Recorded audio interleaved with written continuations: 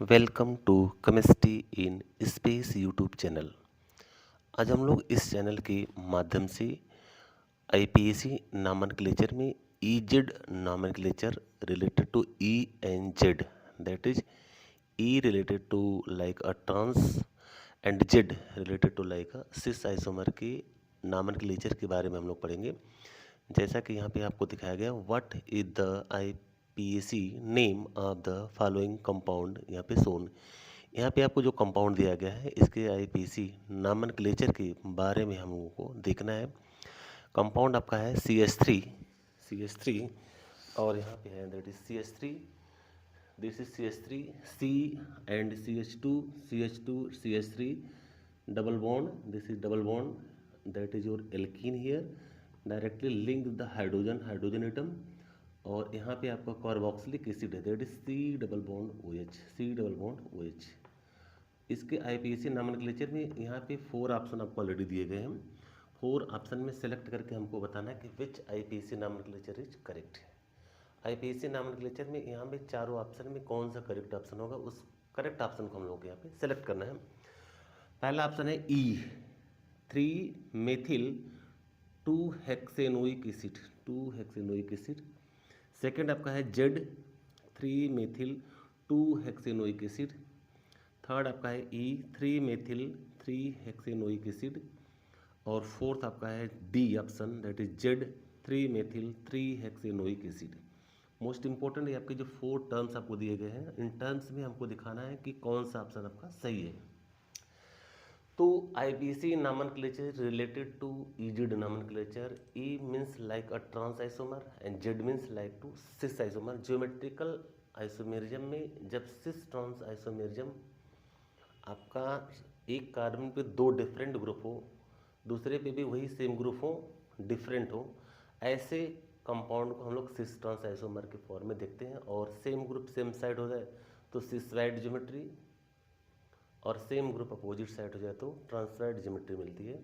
लेकिन यदि किसी भी एल्कीन ज्योमेट्रिकल आइसोमेरिज्म में किसी भी एल्कीन के सराउंडिंग्स चारों ग्रुप ही डिफरेंट हो जाए तो वहाँ पर जियोमेट्रिकल आइसोमेरिज्म ना देख करके हम लोग ईजेड नॉमेनक्लेचर करते हैं।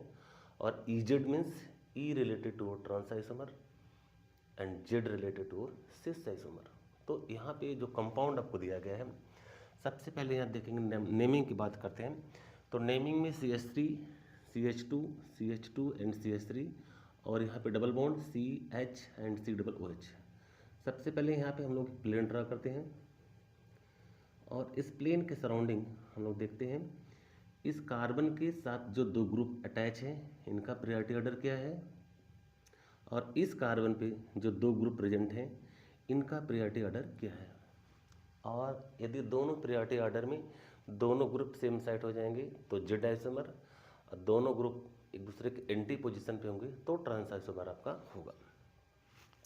इस कार्बन की बात करते हैं तो यहाँ पे आपका क्या हाइड्रोजन एटम है और यहाँ पे आपका कार्बोक्सिलिक एसिड है। एटॉमिक नंबर यहाँ पे ज़्यादा है, मीन्स इसको प्रायोरिटी हम लोग देंगे नंबर 1। ये नंबर 1 है, नंबर 1 प्रायोरिटी इसकी रहेगी कार्बोक्सिलिक एसिड की। सेकंड प्रायोरिटी आपकी होगी हाइड्रोजन एटम की, ये हाइड्रोजन एटम का प्रायोरिटी हो गया। और यहाँ पे कार्बोक्सिलिक एसिड का प्रायोरिटी ऑर्डर हो गया। सेकंड केस में हम लोग देखते हैं सेकंड कार्बन के एटम, यहाँ पे मेथिल ग्रुप है, यहाँ पे प्रोपाइल ग्रुप है। प्रोपाइल ग्रुप में आपके कार्बन की संख्या ज़्यादा है तो इसका प्रायोरिटी आपको ज़्यादा होगा, मीन्स ये नंबर 1 पे होगा। This is your number 1 priority order में ये नंबर 1 होगा और मेथिल ग्रुप आपका नंबर 2 पे होगा। तो इस तरह से हम लोगों ने देखा प्रायोरिटी ऑर्डर में सबसे पहले एक बीच में एक प्लेन ड्रा करते हैं, उस प्लेन ड्रा के through carbon number 1 and carbon number 2, carbon number 1 पे क्या ज्योमेट्री इसको देखते हैं, कार्बन नंबर 2 पे क्या ज्योमेट्री है इसको हम लोग देखते हैं। और 1 एंड 2 में यदि दोनों 1 एक साइड हो जाए तो ज्योमेट्री हमारी हो जाएगी जेड आइसोमर। और वही 1 यदि ट्रांस पोजीशन पे होंगे, एक दूसरे के अपोजिट पे होंगे, रिवर्स मैनर में होंगे, तो ज्योमेट्री हमारी हो जाएगी ई हो जाएगी। तो सबसे पहले यहाँ पे सिलेक्शन ऑफ लॉन्ग, यहाँ पे देखते हैं selection of longest carbon chain तो सेकेंडरी मैटर है। पहले यहाँ पे प्रायोरिटी ऑर्डर हम लोगों ने देखा, और प्रायोरिटी ऑर्डर में हम लोगों को अब आईपीएसी के अधीन हमको काम करना है। तो आईपीएसी नॉमेनक्लेचर में सबसे पहले selection of longest carbon chain, यहाँ आपका कार्बोक्सिलिक एसिड है। कार्बोक्सिलिक एसिड जो फंक्शनल ग्रुप है ऑलरेडी 1 कार्बन इसमें इंक्लूड करते हैं। तो यहाँ पे हाइड्रोजन है, ये मेथिल है और ये आपका हाइड्रोकार्बन है। तो selection of longest carbon chain में प्रायोरिटी ऑर्डर में सबसे पहले हम लोग कार्बोक्सिलिक एसिड के कार्बन को नंबर 1 पे देंगे। देन आपका ये आपका कार्बन नंबर 2 हो जाएगा। This is your carbon number 3। और इधर चलते हैं तो टोटल आपके कार्बन 4 मिल जाएंगे। आपके टोटल कार्बन में 4 मीन्स पेरेंट का नाम हो जाएगा ब्यूटेन। लेकिन selection of longest carbon chain करना है तो 3 के बाद हम लोग चलेंगे 4, 5 and 6। This is your carbon number 4 and this is carbon number 5 and this is 4, this is 4, this is carbon number 4, here 5 and here 6। 6 carbon की चेन हो गई। 6 कार्बन की चेन में कार्बोक्सिलिक एसिड का जो कार्बन है इसके कार्बन को हम लोग नंबर 1 पे रखेंगे क्योंकि प्रायोरिटी ऑर्डर में ये भी कार्बन इंक्लूड किया जाएगा। पेरेंट चेन में इस कार्बन को भी इंक्लूड किया जाता है। यदि फंक्शनल ग्रुप में ऑलरेडी कार्बन पहला आइटम यदि कार्बन है तो उस कार्बन को भी पेरेंट चेन के कार्बन में उसको इंक्लूड किया जाता है। यहाँ पे this is your carbon number 1, this is second, this is third, this is fourth, this is fifth and this is 6। अब यहाँ पे हम लोग देखते हैं कि आइसोमर हमारा पहले जेड होगा या एस होगा, या तो जेड होगा या तो ई होगा। जेड होने के लिए कंडीशन क्या है कि यदि दोनों ग्रुप 1-1 एक साइड हो जाए तो जेड हो जाएगा। लेकिन वही 1-1 यदि एक दूसरे को ट्रांसपोजिशन हो, इस तरह से ट्रांसफॉर्म हो, तो 1-1 या 2-2 एक दूसरे के ट्रांसपोजिशन हो तो हमको ई आइसोमर मिलेगा। और दोनों ग्रुप सेम साइड मिल जाए तो हमको क्या मिलेगा, जेड आइसोमर मिलेगा। तो यहाँ पर हम लोगों ने देखा कि 2 and 1, 2 और 1, यहाँ पे 1 and 2। अब देखने का जो व्यू हमारा होगा इस तरह से होगा, इस कार्बन के बीच में, ऊपर का एक तरफ, नीचे का एक तरफ। चूँकि यहाँ पे 2 और 2 एक दूसरे के कहाँ है, अपोजिट साइड पे है। 1 और 1 भी आपका कहाँ है, अपोजिट साइड पे है। Means this geometry 1-1 and 2-2 opposite है, मीन्स लाइक ए ट्रांस है।